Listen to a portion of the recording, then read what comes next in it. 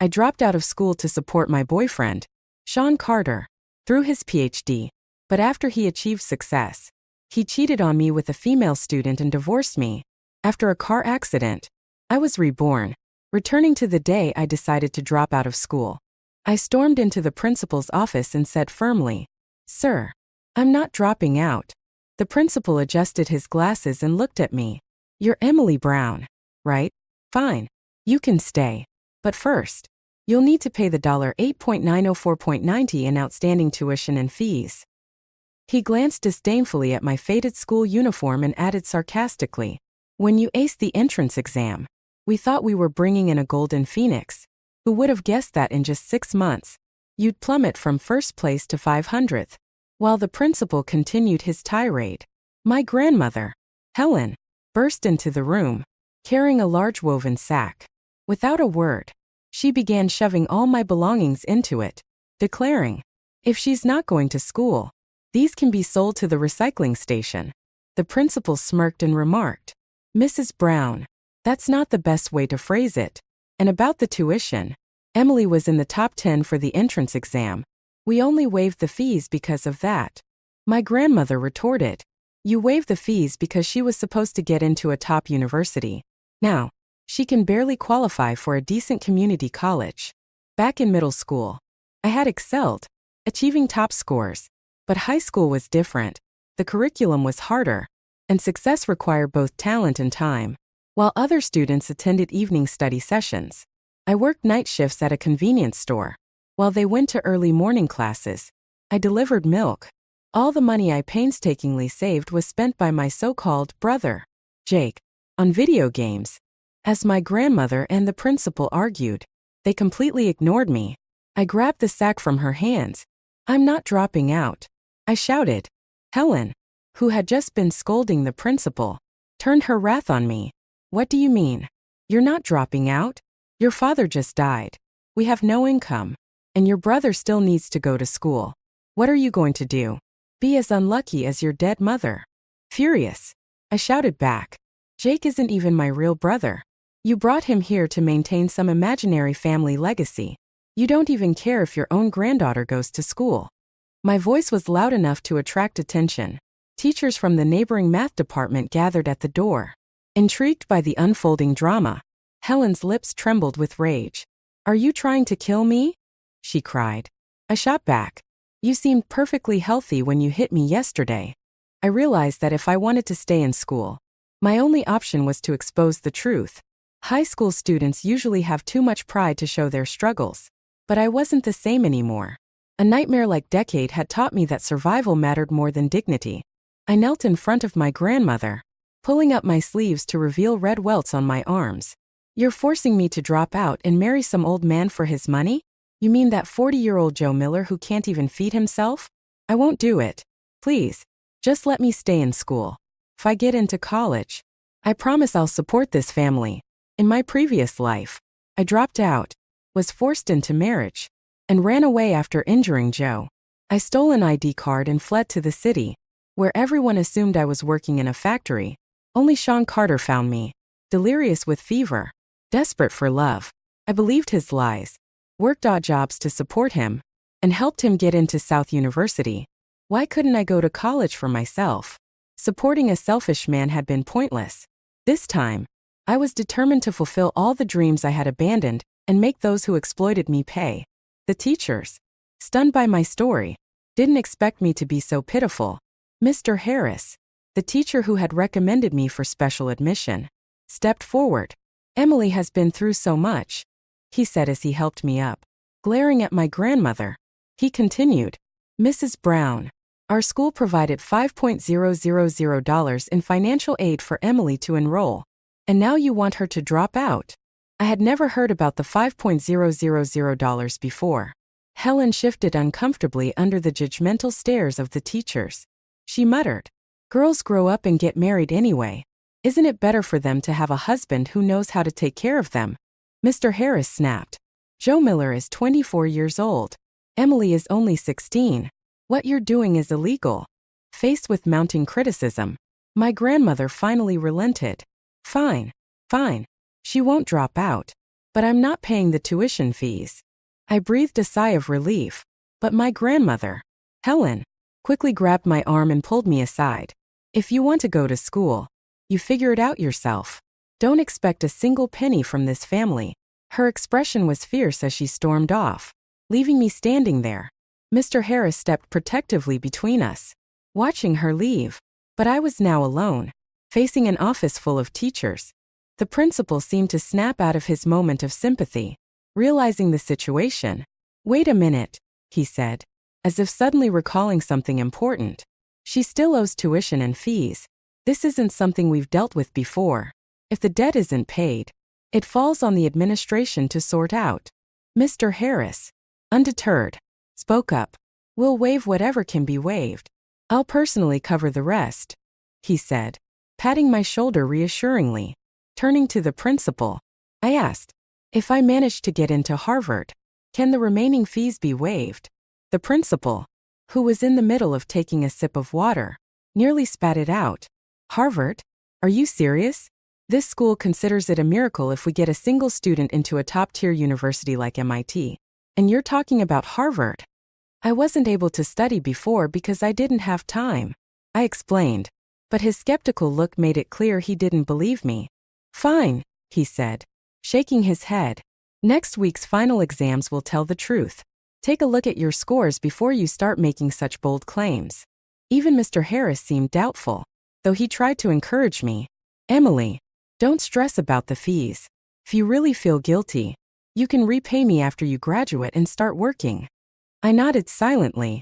I knew that proving myself would be the only way to change their minds. Go back to class and tidy up your things, Mr. Harris said with a gentle smile. When I entered the classroom, it was the middle of break, and the room was as lively as a marketplace.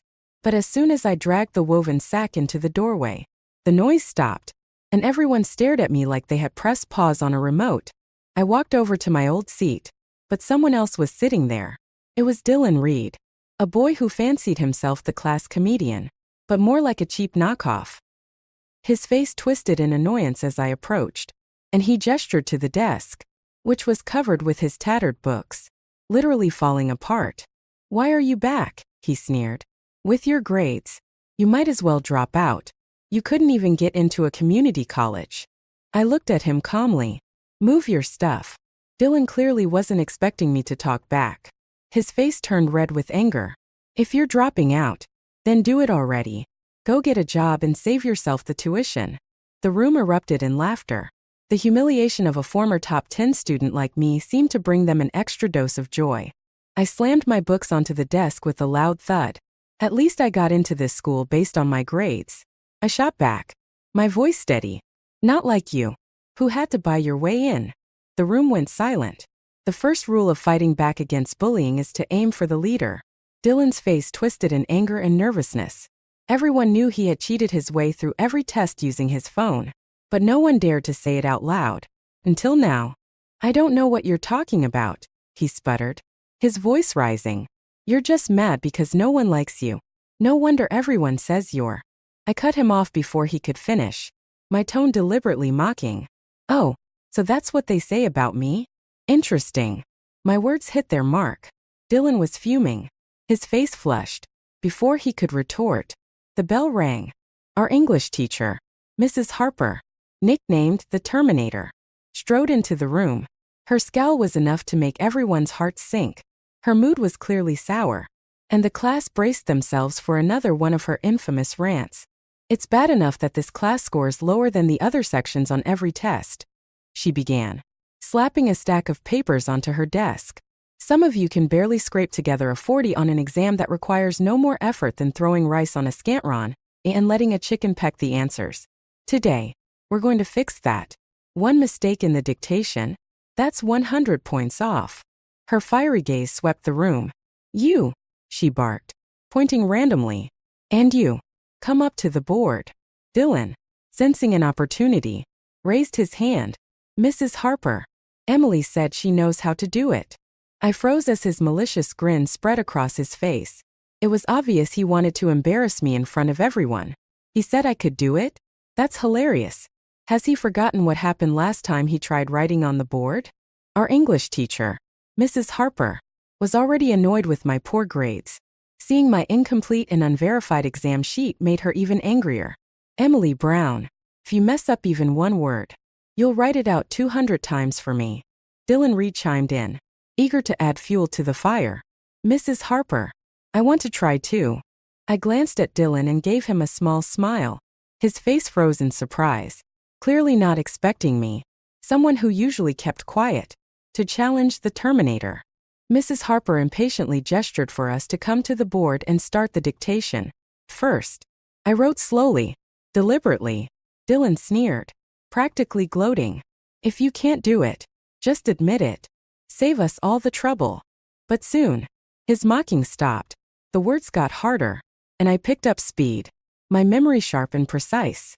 Mrs. Harper raised an eyebrow and stepped closer to observe my writing. She stood silently next to me, clearly noticing that I hadn't made a single mistake. Out of the corner of my eye, I saw Dylan frantically scribbling, trying to copy my words. An idea struck me, and I began to write in elaborate, overly stylized English. What the heck is this chicken scratch? I heard him mutter, which only made me smile and keep going. When the exercise ended, Mrs. Harper silently graded our work. She dismissed the groaning students and told me to follow her to the office. She looked like she had something to say but hesitated. I broke the silence. Mrs. Harper, I know my grades have been poor because of family issues. Could you please give me another chance? Before she could respond, a few other teachers who had gathered in the office chimed in on my behalf. Reluctantly, Mrs. Harper agreed, but with her usual sharp tone. Fine. You can stay. But since you're here, you can help carry these assignments back to the classroom. Her tone softened slightly as she handed me the stack of papers. I turned to leave and noticed someone standing in the doorway. It was Brian White. Mrs. Harper gestured at him, her voice now surprisingly gentle. He's here to help you. Brian looked at me and said, How did you end up like this? If you ever need help, just let me know. We were classmates. After all. Hearing his calm, steady voice, I couldn't help but remember how he had once stood up for me in the cafeteria during one of the darkest times of my life. He had been one of the few bright spots in those bleak years. But now, I quickly pushed those thoughts aside and nodded. Thanks. But you're in the way, I said, brushing past him. When I returned to the classroom, I found my books soaked with water. It was you, wasn't it? I asked, looking directly at Dylan, who was trying to look innocent. His guilty expression gave him away. Got no proof, he muttered. Don't go accusing people. I glanced around the room. The others either avoided my gaze or smirked at my misfortune. No one stepped up to help. Their indifference stung. But I knew I couldn't afford to waste my energy on petty revenge right now. There would be time for that after the next exam. I dragged my woven sack to the back of the classroom and found an empty corner near the window. Sitting there was Brian White.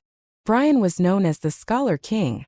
From the moment he had joined this school, all anyone ever saw of him was the back of his head as he focused on his studies. Even our homeroom teacher, Mr. Gordon, was too scared to reprimand him, likely because his family had funded the construction of the school's teaching building.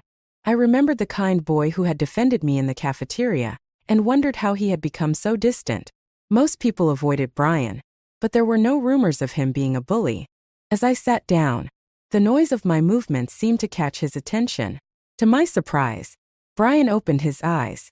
His skin was pale, his pupils a light, almost transparent color, and his expression was utterly unreadable. Yet I could sense the words "I don't care" in his demeanor. Do you mind if I sit here? I asked hesitantly. I asked Brian casually. Do you mind if I sit here? But my hands were already moving to organize my things.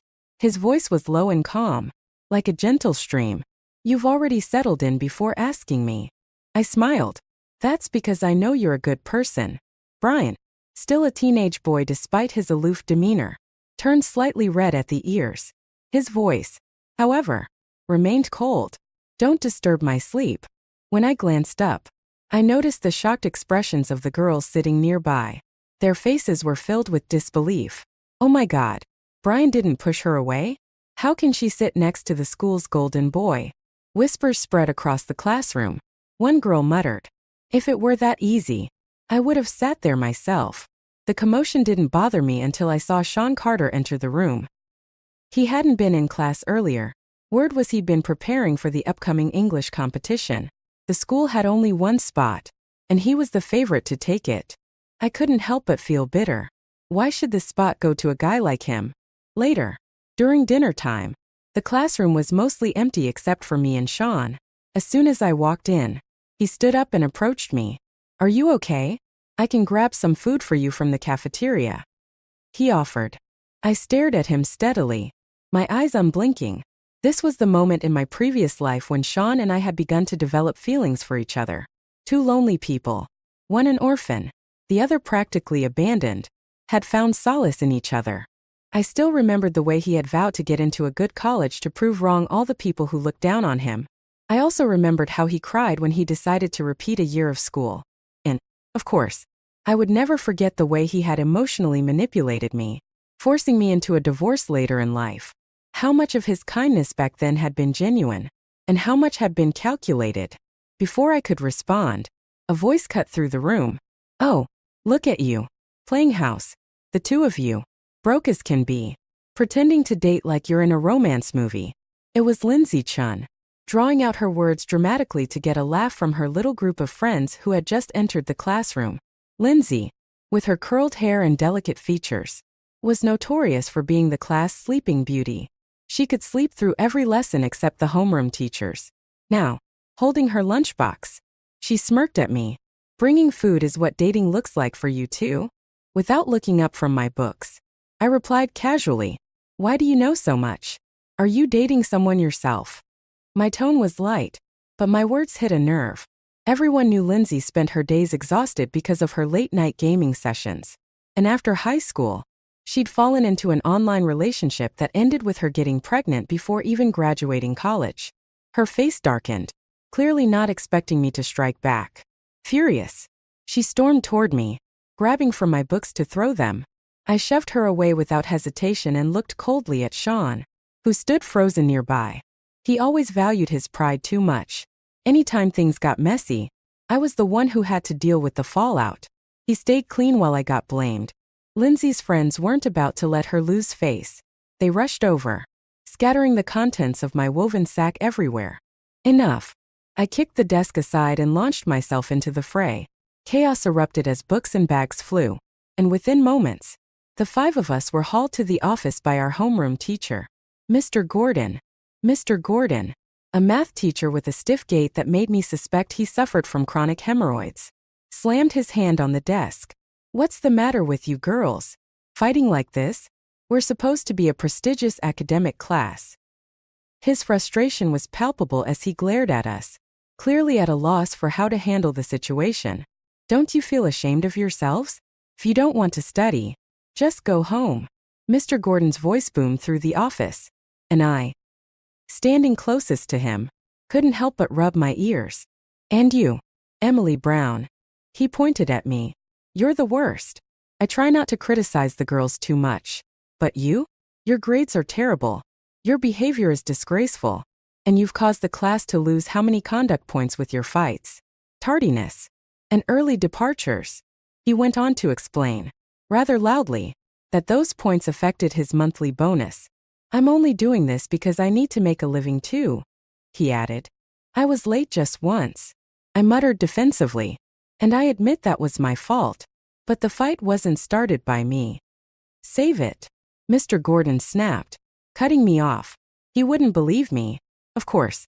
After all, Lindsay Chun was his niece, and I was just the class troublemaker. Lindsay, who had stayed silent until now, suddenly raised her hand. "Mr. Gordon, Emily isn't just a bad student.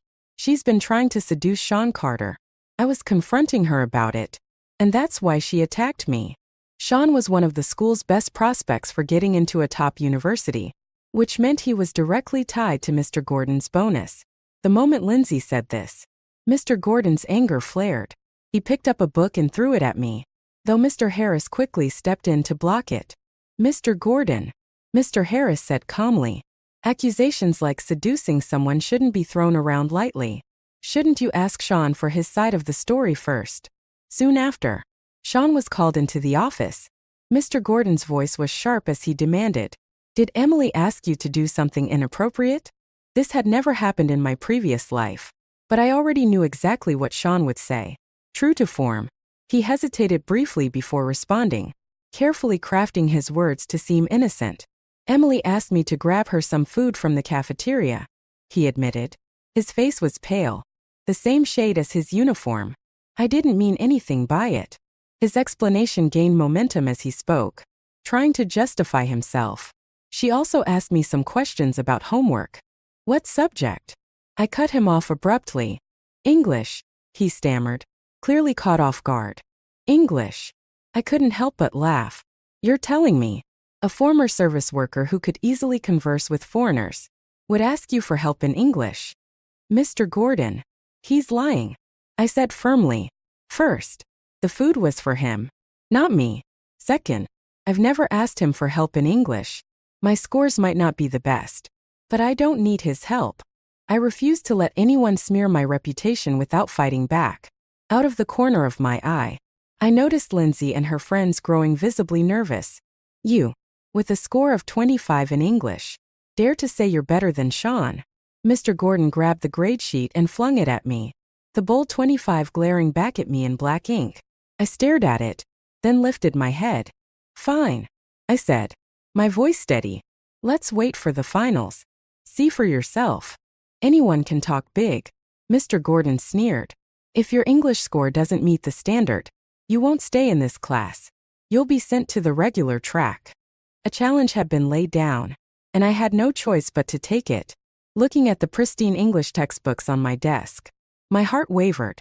It had been so long since I studied properly. Could I really pull this off? As I tapped my foot anxiously, Brian White, sitting beside me, frowned slightly. "Can you stop moving?" "Sorry," I said sheepishly, then quickly followed up. "Since you're already annoyed, can I borrow your study materials?" Brian didn't respond but pushed a set of books toward me. The textbooks were immaculate, like they'd been prepared to sell to the next batch of students. I opened one, flipping to the table of contents. The modules were neatly divided.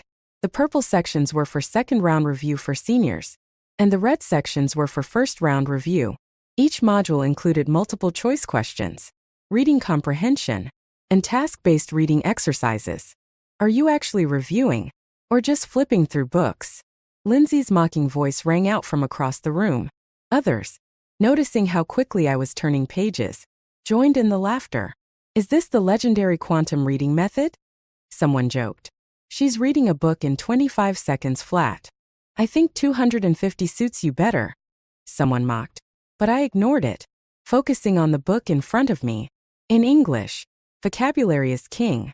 During my time working as a waitress to earn extra money, I had picked up conversational fluency in 2 languages. While I might not be great with grammar, my vocabulary was decent. Everyone knows that English comprehension is a bit like a guessing game. If Sean Carter had claimed I asked him for help with math, I might have been at a loss. But English? Not likely. As I was lost in thought, Brian White suddenly kicked the table lightly, silencing the room. "Can you all shut up?" he said, his voice cold and cutting. Lindsay Chen, who had been sneering at me, froze like a duck whose neck had been squeezed. Her face turned red with embarrassment. Being rebuked by the class's golden boy wasn't something she could brush off. Fighting back tears, she ran out of the room, presumably to complain to the homeroom teacher. I let out a quiet laugh. Did she really think the teacher would confront Brian over her? Brian suddenly broke the silence. "I thought you didn't have a problem with me," he said, his voice calm but probing. "Do you think I'm some kind of bully?" His perceptiveness caught me off guard. I quickly shook my head. "Of course not. I've just been having a toothache. That's all," I replied with a forced smile, hoping he wouldn't press further. He said nothing, but I took the opportunity to help tidy up his desk, arranging his books and pens meticulously. "Don't worry. When you sleep, I won't bother you," I assured him. In my past life, my brief interactions with Brian, whether in the classroom or when he had helped me in the restaurant, had given me some insight into his preferences. I knew how he liked his books stacked and his pens placed. As I worked, Brian seemed like he wanted to stop me but hesitated. We have similar habits when it comes to organizing things, he finally said. His voice almost awkward, like he was making small talk. The faintest trace of color crept up his cheeks. I didn't mean anything by that. I know, I said with a genuine smile. I believe you. He said nothing more, but his silence spoke volumes. That moment, I didn't realize just how much my words, "I believe you," meant to him. As expected, the homeroom teacher, Mr. Gordon, didn't reprimand Brian. Lindsay returned, still sniffling, but kept her distance, clearly avoiding further humiliation. The rest of the evening passed smoothly. My first evening self-study session since being reborn felt strangely satisfying. I even found myself reciting passages from the Ballad of the Pipa Player, the melancholic tone of the poem oddly fitting my situation. But reality hit hard once classes ended. Unlike the other students, I didn't have a dormitory. I had to go back home. Our old 600-square-foot apartment in the rundown part of town was the only valuable thing my father had left us. The master bedroom was occupied by my so-called brother, Jake Brown. The second bedroom belonged to my grandmother. As for me, I slept in a tiny makeshift room in the living room. When I got home, it was already 10 p.m.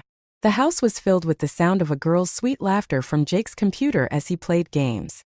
"Double kill," the game announcer blared. After taking a quick shower, I had just stepped into my cramped little space when Jake emerged from his room. His greasy hair was dyed a sickly yellow, and he was panting after just a few steps, his overweight body glistening with sweat. His eyes darted to places they shouldn't, making my skin crawl. "Give me $500, he demanded, his voice grating. "I need to buy a new skin for my game character." As he said the word skin, he even licked his lips. "Your skin's not bad already," he added, his tone sleazy as he reached out a chubby hand toward me. I slapped his hand away. "Are you insane?" I snapped. "Try that again, and I'll break your hand."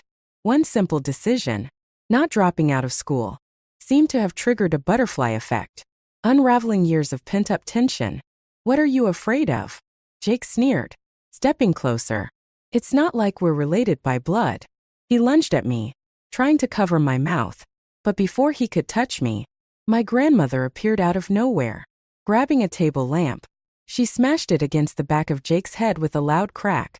Jake collapsed, groaning in pain, struggling to get back up, but his bulk betrayed him. His attempts to move only made his flesh jiggle as he whimpered. "What the hell are you doing? Hitting your brother?" my grandmother shouted, completely ignoring what had just happened. Without even asking for an explanation, she stormed toward me and grabbed my arm, her fingers digging into my skin. As I waited, I called the police. Yes, I reported Jake Brown as a stranger I didn't know. The moment my grandmother, Helen, heard me on the phone, she panicked, scrambling to grab my phone but falling flat on the floor in the process. "What kind of horrible luck is this? How could you do this? If you get your brother arrested, how am I supposed to live? How can I face your father?" she wailed, her voice shrill. Jake, still dazed from the blow, stumbled toward me, reaching for my phone. I sidestepped him and bolted down the stairs, not stopping until I reached the building entrance. I waited there, heart pounding, until the police arrived. 2 officers approached, calm and professional, and accompanied me back upstairs. As soon as we entered the apartment, Jake started groaning, pretending to be gravely injured. One of the officers asked me gently, "Is this the person you were talking about?" "Yes," I replied, voice trembling as I clung to my performance. "I'm so scared of him. I don't even know who he is." "What do you mean you don't know him?" "He's your brother," Helen protested, shuffling toward us in small, frantic steps. "Officers, this is all a misunderstanding. They're siblings. I'm an only child," I said firmly, tears streaming down my face as I hid behind the officers. "I've been away at school, leaving early and coming home late. I've never seen this man before." "What do you mean you've never seen him?" Helen screeched. "Your father just passed away, and Jake's parents sent him to live here 6 months ago. Do you have any official paperwork for this arrangement?" one officer asked, his tone unimpressed. "Without legal documentation, this doesn't hold up." "But they're relatives," He's just a child. He doesn't know any better. Helen argued, her desperation almost comical as she gestured toward Jake, who was far from looking like a child.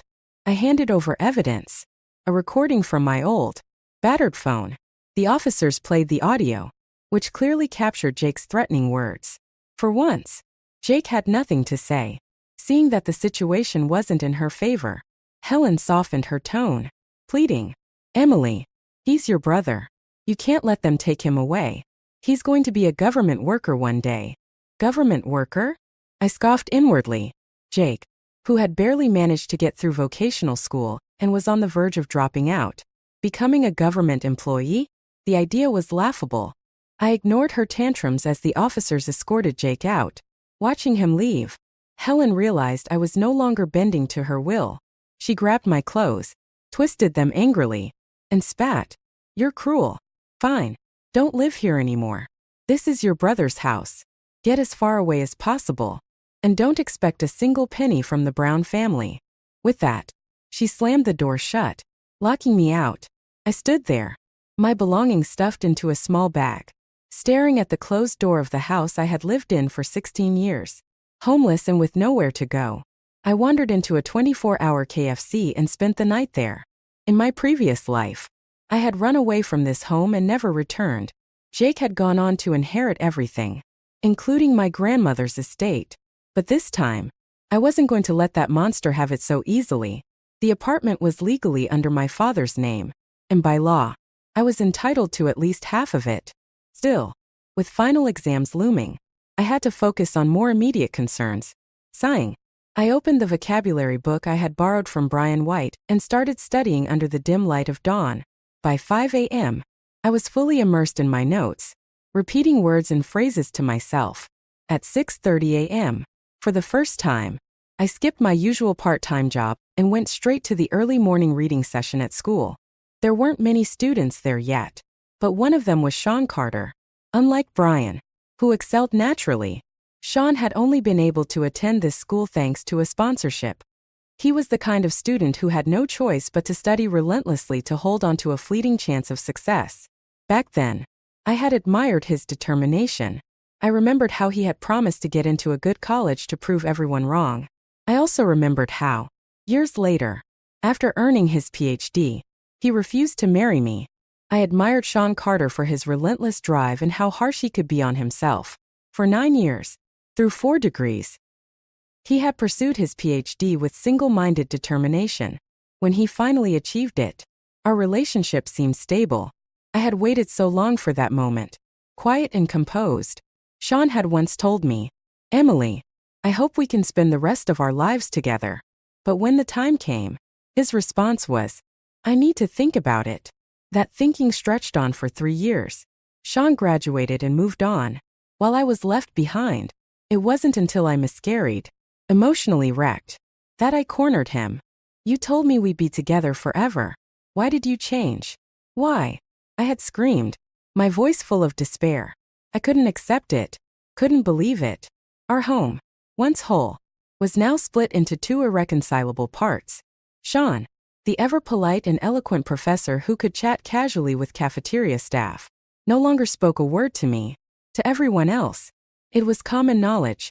Professor Carter had married a country bumpkin. The narrative was simple. A desperate woman smashing dishes and breaking rules to force him into marriage as repayment for past debts. With his signature coldness, Sean had said, I can repay you for all the money you spent over the years. If you're willing to divorce me, I'll return everything. And why didn't you say that when you were retaking your exams? Or when you needed tuition for college? Or when you needed to pay for those expensive prep courses for grad school? I had asked, my voice shaking with despair.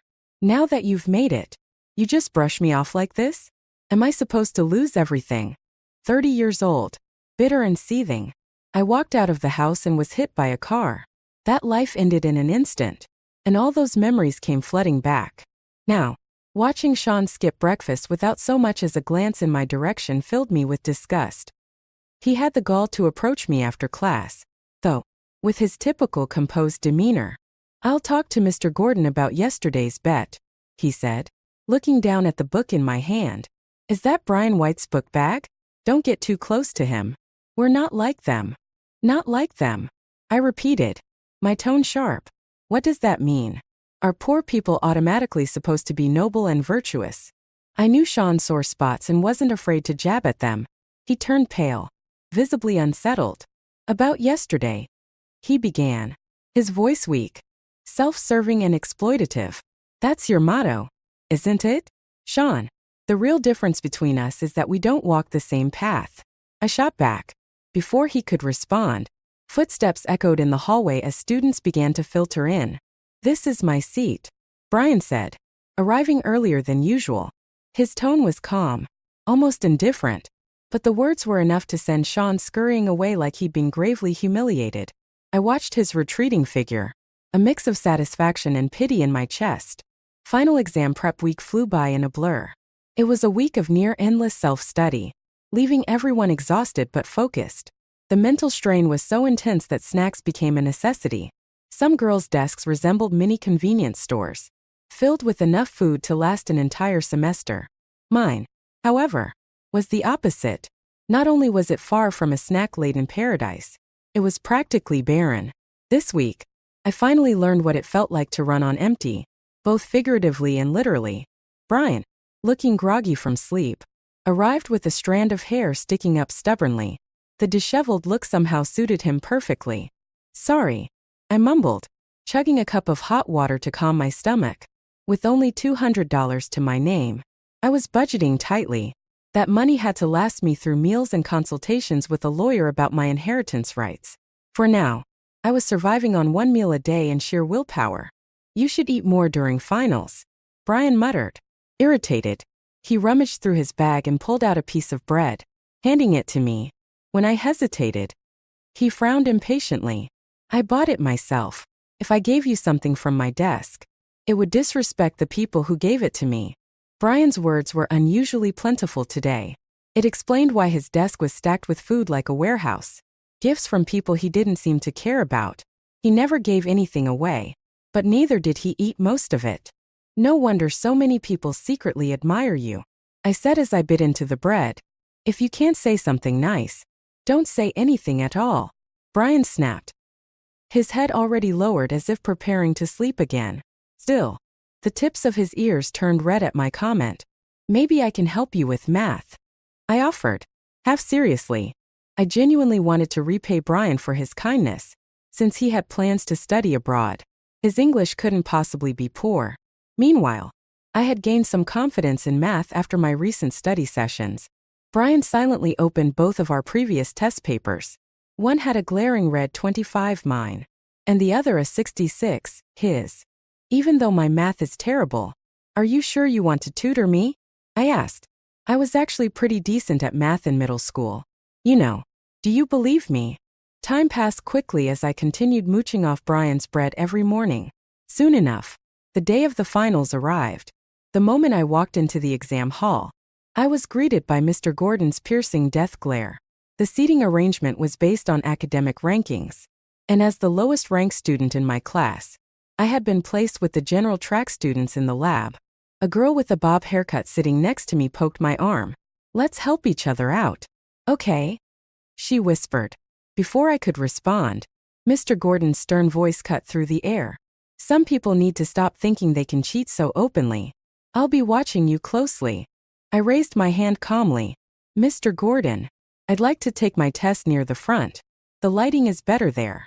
If I was going to be under scrutiny, I might as well sit where no one could accuse me of cheating. I settled myself near the teacher's desk, determined to avoid any traps. The first exam was language arts. This subject relied heavily on foundational skills, and even without regular classes, I could manage the basics. However, having spent the past week focusing solely on English and math, I left the outcome of this test up to fate. I filled in every blank and wrote carefully, ensuring I didn't leave anything unanswered. When I glanced up, I noticed Mr. Gordon glaring at me intently, while other students were left to their own devices. His eyes were glued to me. Our gazes met, and I calmly looked away. I'd long grown immune to such disdainful stares, having faced plenty of them in my past life from Sean's colleagues and peers. The math exam came next, and to my surprise, Mr. Gordon was once again the proctor. It seemed he was determined to catch me slipping. I remained composed, pretending not to notice as he stood directly in front of me, watching me work. "Mr. Gordon," I said politely, "you're blocking my light." Out of the corner of my eye, I spotted the principal walking past the classroom, monitoring the exams. Mr. Gordon's actions had already crossed the line of permissible behavior, and the principal quietly reprimanded him for disturbing the students. Feeling vindicated, I focused on my test, finding it surprisingly smooth sailing. Moments later, a crumpled piece of paper landed on my desk. I glanced up just in time to catch Mr. Gordon glaring at me as he stormed off. "Ah, I knew you'd cheat," he muttered, his voice dripping with disdain. Before I could say a word in defense, he grabbed my test paper. "You think the lab cameras aren't recording? We'll deal with this after the exam." He turned to the class, holding up the paper. "Who threw the answers? If you're smart, you'll own up now." The classroom fell silent, tension thick in the air. Mr. Gordon's frustration mounted, and soon, 3 other grade supervisors arrived. After collecting the test papers, we were told to remain in the room while the surveillance footage was reviewed. It didn't take long for the culprit to be revealed. The girl with the bob haircut had thrown the note, and her round face was now pale with fear. She kept glancing at me, as if the word accomplice were written across her forehead. Her pitiful acting could have earned her a spot in the worst historical dramas. I sighed and raised my hand. It was her. "Mr. Gordon. She's the one who tried to pass the answers to me. I made a mistake trusting her." The girl's voice was unexpectedly loud as she jumped up, shouting, "It was her. She asked me to pass the answers." I hadn't anticipated her to play the victim so brazenly. Before the exam, the 2 of them had indeed been whispering conspiratorially. Mr. Gordon seized the opportunity to reprimand me further. "Emily Brown, I never thought you'd stoop to cheating. Of all the students in the academic track, you're the first to do something like this." Tears streaming down her face, the bob-haired girl wailed, "Just admit it. If we confess, the teacher won't punish us too harshly." "Who gave you the right to frame me?" I asked coldly, fixing her with an icy glare. "I don't even know who you are," I said coldly, pointing to the evidence. "Everything is right here. How dare you still deny it?" Mr. Gordon looked triumphant, his expression akin to a scientist confirming a long-held theory. His face flushed with self-righteous certainty as he declared, "You're bad at studying, and your character is even worse." But I wasn't about to back down. "I have evidence too," I said firmly, flipping to the last question on my test. This question about moving points. I don't believe the person who threw that cheat sheet could have solved it. Look at them. They're from the lower-ranked group. I don't buy that they could answer this. The grade supervisor stepped in to review the situation. Sure enough, my solution to question 20 was written out in full detail, while the cheat sheet only contained answers to basic multiple choice and fill-in-the-blank questions. Why would I need their answers if I can solve a problem like this? I added confidently. "Then why didn't you answer the earlier questions?" the supervisor asked, catching a potential inconsistency. "I didn't have time," I said without hesitation. The truth was, I'd only reviewed moving point problems during my prep sessions. I hadn't even glanced at other topics, and it was thanks to Brian's offhand explanation that I had finally understood this type of question. He really was like a hidden genius. "I can write it again for you right now," I offered. Noticing Mr. Gordon's hesitation, I grabbed a pen and strode to the blackboard. I began solving the problem in front of everyone, narrating each step as I wrote. The girl with the round face, who had been trying to frame me, was stunned into silence. She had assumed I was only capable of scoring 25 on a test. "Now, do you want to explain why you tried to frame me?" I asked, turning to her. She was quickly escorted out, but not before implicating others. Lindsay Chun and, unexpectedly, Brian White were also questioned. Brian, however, returned quickly. "I'm sorry for dragging you into this," I said, feeling genuinely apologetic. "It's not your fault," Brian replied with a slight shake of his head. It was then that I learned the full story. The round-faced girl had a crush on Brian, and Lindsay had manipulated her into believing that I was shamelessly pursuing him. That misunderstanding had fueled her actions against me. If it weren't for me, you wouldn't have failed your math test, Brian said, his voice tinged with guilt. His eyes even reddened slightly, and while his handsome face made the sight almost poetic, it was clearly abnormal. That's the victim-blaming fallacy, I said, trying to comfort him. You can't blame yourself for what others do. That's like blaming a tree for being knocked down by the wind. Brian's eyes softened as I continued. I trust you. I always have. I repeated the words he had once said to me in another life, giving them back to him. Hearing his low, steady voice again made my face inexplicably warm. Why do I keep thinking about Brian? I wondered. It must be because he's so good-looking. I quickly brushed off the thought, focusing instead on the scene around us. No one seemed to notice my flushed cheeks, as everyone's attention was on Dylan Reed, who was animatedly recounting how Mr. Gordon had been reprimanded. Apparently, the principal had reviewed the surveillance footage and scolded Mr. Gordon for hovering around me during the exam, accusing him of poor proctoring and bias. With that bit of good news, the English exam arrived. I casually reported Dylan's use of his phone to cheat, a small act of revenge that left me feeling quite pleased. However, my good mood was short-lived. Just before entering the exam room, Sean Carter appeared, blocking my path. I'll speak to the teachers on your behalf, he said, his tone serious, before walking away without waiting for a response. His presumptuousness made my blood boil. What does he mean by that? I fumed. Does he think I'm doomed to fail? Fueled by frustration, I entered the exam room with renewed determination. In the English exam, I wrote with unwavering focus. This time, without Mr. Gordon deliberately making things difficult for me. The process went smoothly, and I submitted my paper without issue. The chemistry, biology, and physics exams also concluded without incident. Now, all I could do was wait for the results. As I packed up my desk, I mentally prepared for a summer of intense study to catch up on the 6 core subjects where I still lagged. Are you planning to keep sleeping at KFC over the summer?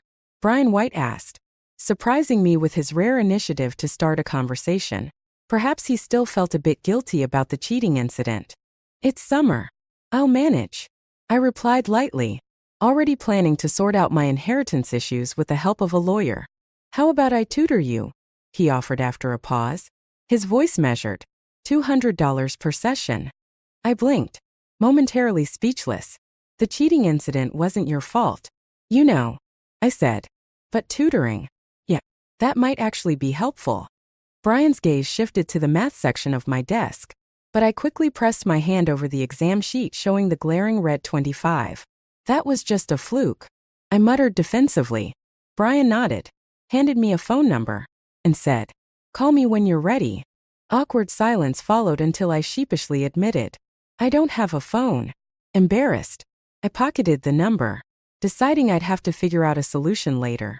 The next day, I sought out Mr. Harris. Do you know any lawyers who might offer assistance to minors? I asked hesitantly. Mr. Harris took my situation seriously and reached out to an attorney named Mr. Sue. This student of mine is underage, he explained.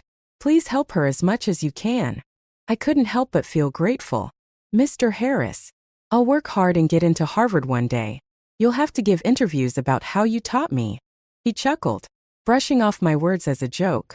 Emily, I don't care where you go, as long as you give it your best. That's all that matters. The day after finals, the results were posted. My English score? 132. Not only was it the highest in my grade, but it also placed me among the top 10 in the entire school. The news spread like wildfire. Early that morning, the grade supervisor ran to the second-year teachers' lounge to announce it. Teachers gathered to congratulate Mr. Gordon, assuming Sean Carter had achieved the top score. Mr. Gordon, already smug, feigned humility. Oh, Sean's always been exceptional in English, he said, his face red with pride. He clapped Sean on the shoulder when he arrived, saying, well done. A 132 on this difficult test is almost unheard of, even in the best schools. Sean looked puzzled. I don't think I did that well. Maybe the grading was lenient. Nonsense, Mr. Gordon said dismissively. Who else but you could score that high? From outside the office, I could hear the commotion. Walking in confidently, I followed Mr. Harris, who had already spotted me and smiled knowingly. Mr. Gordon was pulling up other grades for comparison when he finally looked up and saw me. His expression soured instantly. Sean scored 132. The highest in the grade, he declared, emphasizing each word. Really? Mr. Harris asked, tilting his head as he reviewed the results.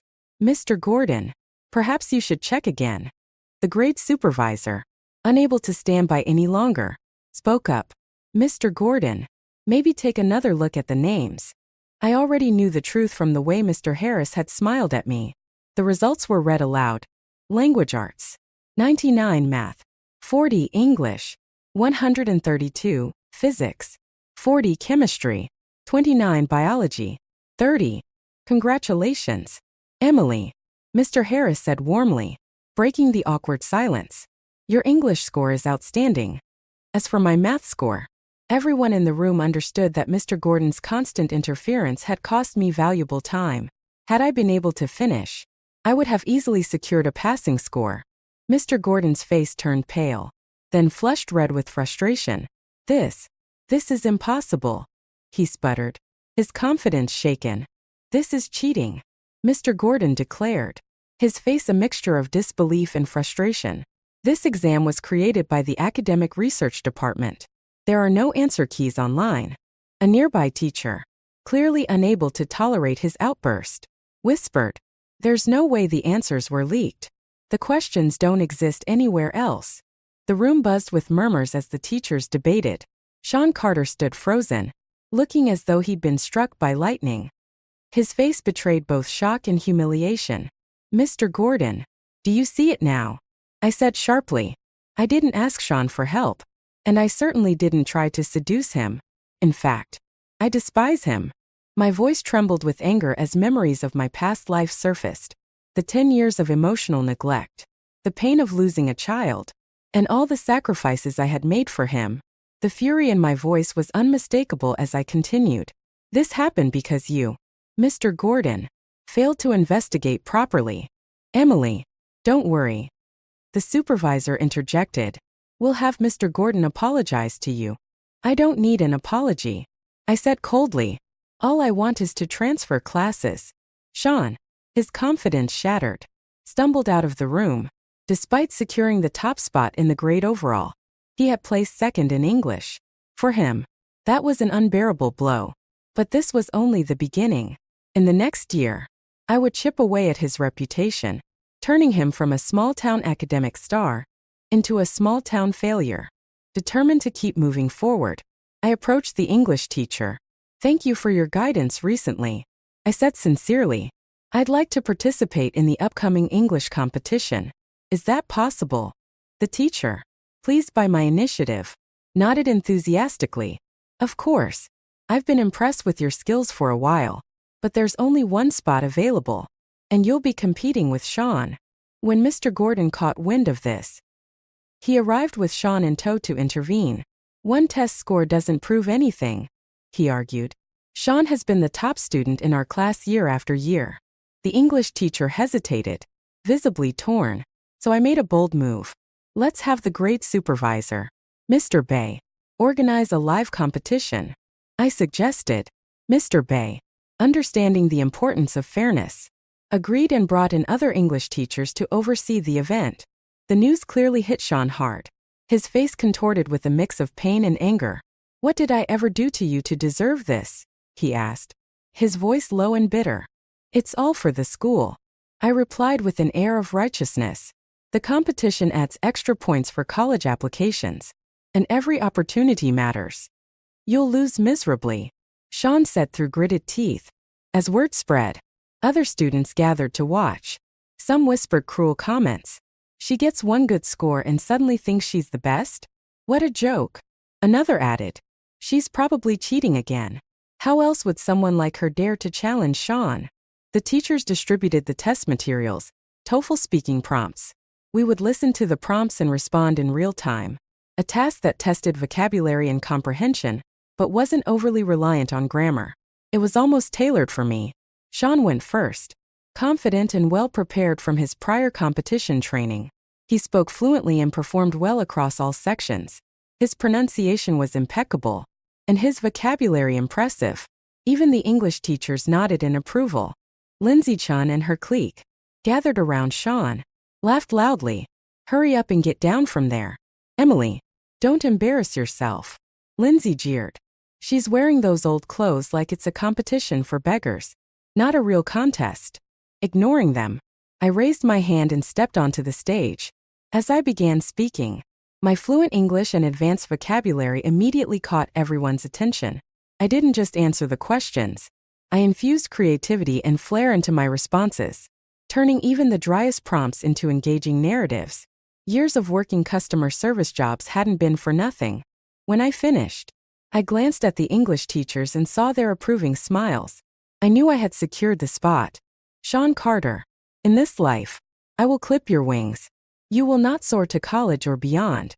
Afterward, my request to transfer to Mr. Harris's class was approved. Everything seemed to be falling into place. Though I felt a pang of regret at leaving Brian behind, I silently resolved to help him improve his math skills over the summer. Meanwhile, the legal proceedings for my inheritance moved forward. "Emily, the court has accepted your case," Mr. Sue, the lawyer, informed me. "Since the property ownership is clear, the decision will come quickly."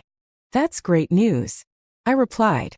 "Once the house is officially mine, please help me sell it as soon as possible. I didn't want to live in that house at all." As soon as I hung up the phone with the lawyer, I saw Brian White approaching. Unexpectedly, my grandmother and Jake Brown were there too. Jake had been released after just a few days of education due to being a minor. Standing not far away were two middle-aged strangers squatting nearby, watching the scene unfold. "Ungrateful brat. Drop the lawsuit," my grandmother shouted, hurling her usual string of insults. "Since when do girls fight for property? Houses are for boys, not you. You can take that argument to court." I replied coldly. I had no idea how they had found me, but I started packing up my books to leave. Jake suddenly grabbed my backpack. I turned to glare at him, my icy stare making the flesh on his face tremble. He let go. "Next time you show up in front of me, I'll beat you up. Every single time," I said, my voice sharp and unwavering. The middle-aged couple blocked my path. "Hey there. You're grandma, right?" the woman said in an overly familiar tone. "We're your grandma's distant cousins, here to mediate. Look, you just focus on school. We won't stop you. When the time comes, we'll even help arrange your marriage. Your brother will carry you to your car when you leave. After all, we're family." Their intentions were transparent, calculated and self-serving. My grandmother had clearly roped in these distant relatives, all for the sake of her so-called family legacy, even if it meant sacrificing me. The sourness in my heart grew. Did they expect me to feel grateful for the privilege of going to school? "There's no room for negotiation," I said firmly. "From now on, pretend you don't know me." When the woman reached out to grab me, I darted to the side and shouted, "Human traffickers." Thankfully, we were in a shopping mall, and security arrived quickly. No matter how much the four of them protested, they were soon thrown out. Before they left, I turned to the woman and said coldly, "Don't come looking for me again, or I'll make sure your son has no descendants. Try me." Within days, Mr. Sue, the lawyer, informed me that the matter had been settled. The house would be split evenly between my grandmother and me. The distant cousin bought my half at half the market price, giving me 300,000 yuan. How she planned to care for my grandmother was none of my concern. I later heard they converted the downstairs storage room into a tiny bedroom for someone who it was meant for. I neither knew nor cared. With the money, I bought a phone and sent Brian White an apology message. "Sorry, I didn't have a phone before. There were a few emergencies, and I couldn't contact you. It wasn't intentional." I still felt a little guilty about skipping the first tutoring session. To my surprise, Brian seemed more concerned than annoyed. That day, "Who were the others besides your grandmother? You can tell me," he said, his voice unusually serious. "You said you trusted me, didn't you?" he added softly, his worried eyes meeting mine. I felt myself falter under his gaze. Finally, I told him everything. "Do you want me to help you?" he asked, his tone sharp. his usual indifference completely gone. His uncharacteristic anger caught me off guard. I couldn't help but pinch his cheek, attempting to lighten the mood. I can handle it myself. Brian's face turned crimson. You can't just do that. I'll get the wrong idea, he muttered. His eyes filled with a burning intensity that made even the sunlight seem dim by comparison. I chuckled awkwardly, trying to deflect. We're about to enter senior year. No time for misunderstandings. To prevent further questioning, I jokingly invited Brian to help me bag Jake.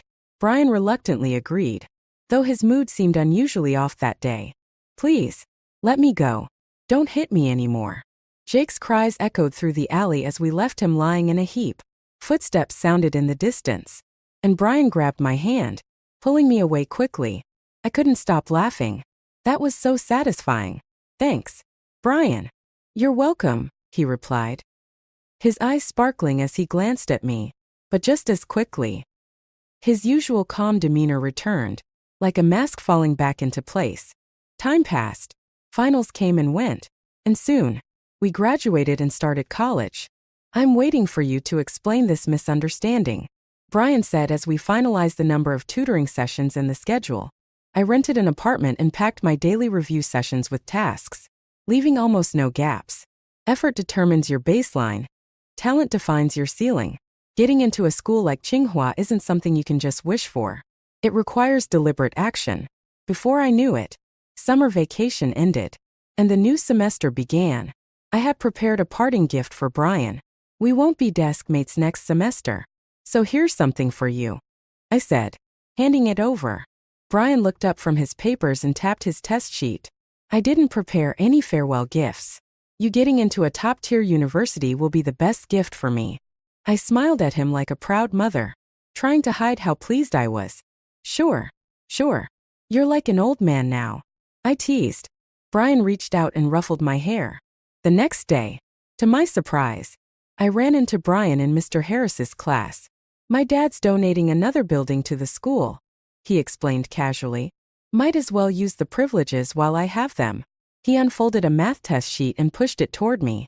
Solve these if you can. They're not easy. You paid for another custom-made test, didn't you? I muttered, already drawn to the challenge. Math is a subject that rewards time and effort.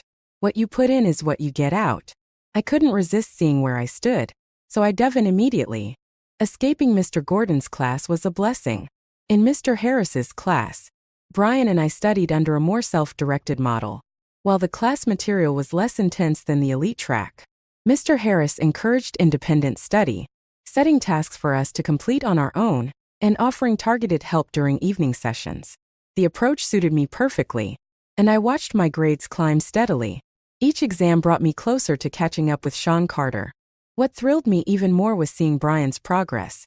His scores were improving just as consistently, and his support kept me motivated. 310. 155. 66.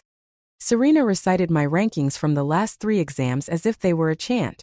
You're rising faster than a rocket. How is this even possible? I'm just lucky to sit in front of a genius, I joked, but her admiration was genuine. His 66th place is nothing, chimed in Lindsay Chun, always quick to inject negativity. You've got a long way to go if you want to catch up to me.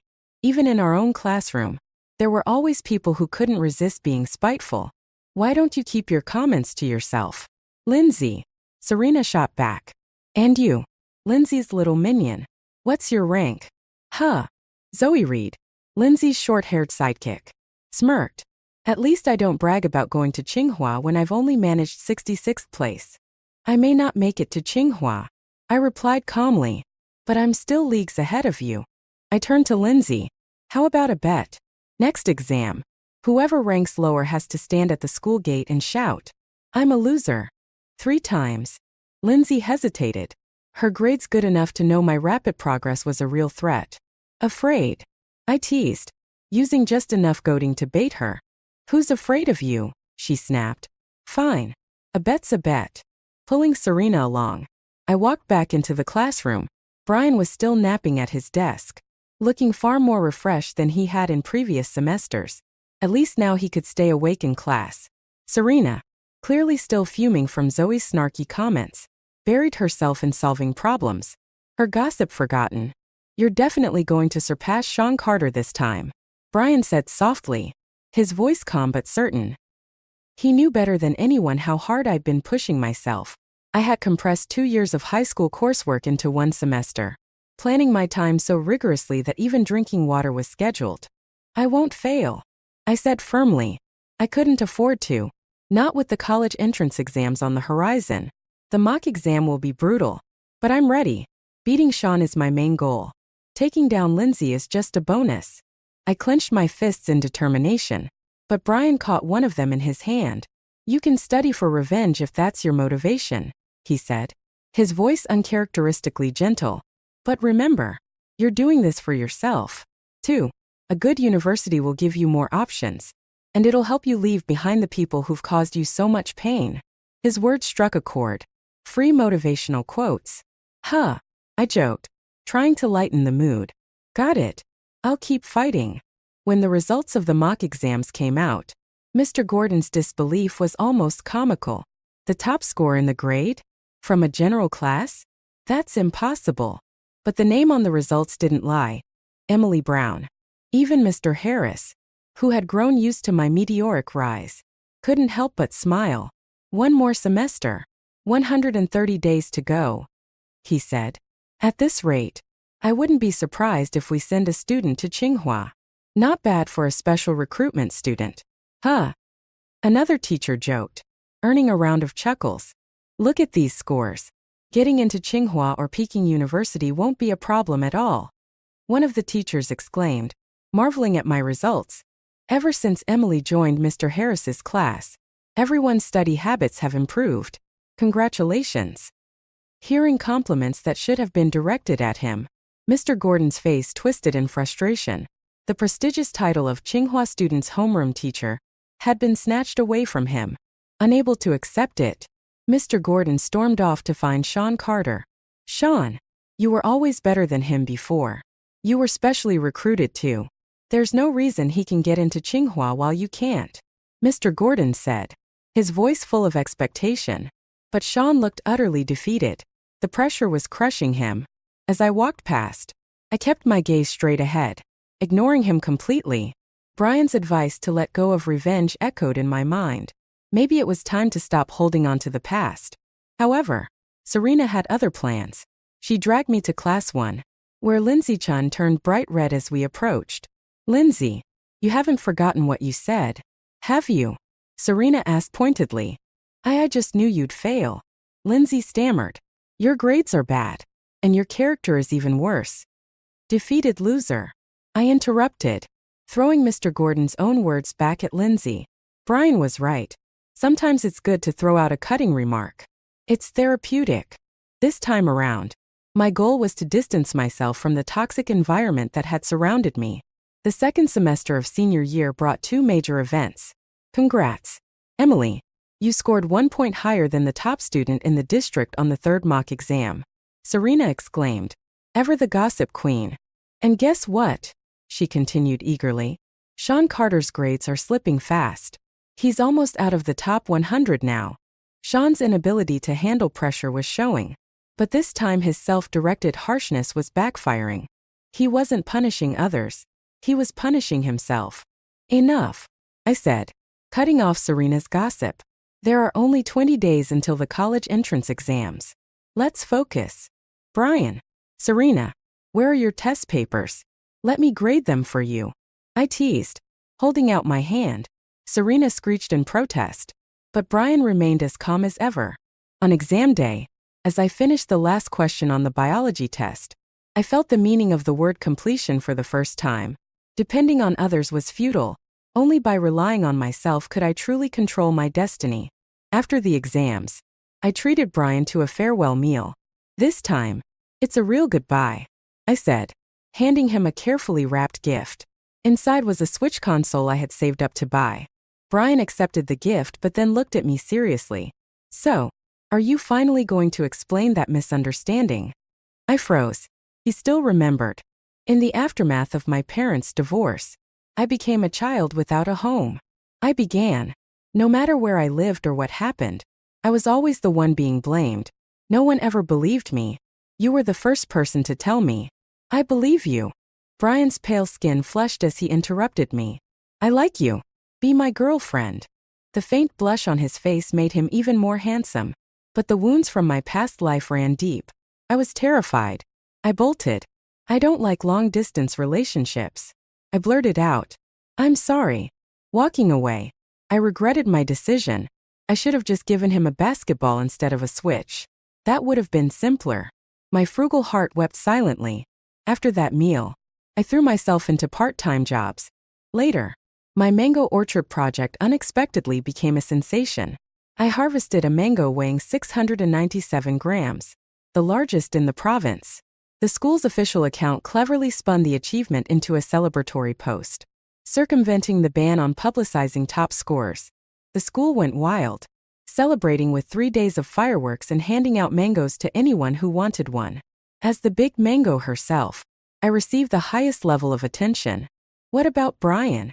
I asked Serena, who was brimming with excitement about her own exam results. Do you know how he did? Serena hesitated. He went abroad. Adults can stay friends even after rejection. Right. Her words hit harder than I expected. But I forced a smile. Serena had done well on her exams, and her gossipy spirit seemed to have only grown stronger. What about Sean? She added. I heard he barely got into a second-tier university and is planning to retake the exams. I brushed off any mention of Sean, too preoccupied with my own worries about Brian's results. When I asked Mr. Harris, he just smiled and said the scores were confidential. It seemed Brian hadn't done as well as he'd hoped either. I felt a pang of heartache for Brian and sent him a long, heartfelt message filled with encouragement and motivational advice. His response was curt. Too much. With that, I figured my energy would be better spent working part-time jobs. Meanwhile, Brian seemed to be traveling. Every new destination came with a post on his social media and a postcard sent to me. A rainy day in Iceland, the blazing sun in Argentina. Each place felt like a piece of his journey. It wasn't until I borrowed Serena's phone one day that I realized the truth. Those social media posts were only visible to me. Come back soon. School's about to start. I messaged him. Let's go together to Tsinghua's opening ceremony. My dad will take you to see the place. Brian's reply was brief. See you at the auditorium. I was puzzled by his response. Without me, how would you even know where the auditorium is? I teased. On the day of the ceremony, I finally understood. How did you even get in here? I asked. Staring at the student ID card he casually flashed. Maybe my dad donated another building, Brian said with a small smile. Then, to my surprise, he gently pulled me into a hug. Here's your reunion gift. Now that we're on the same campus, we're not in a long-distance relationship anymore. Are we? The realization hit me all at once, leaving me speechless.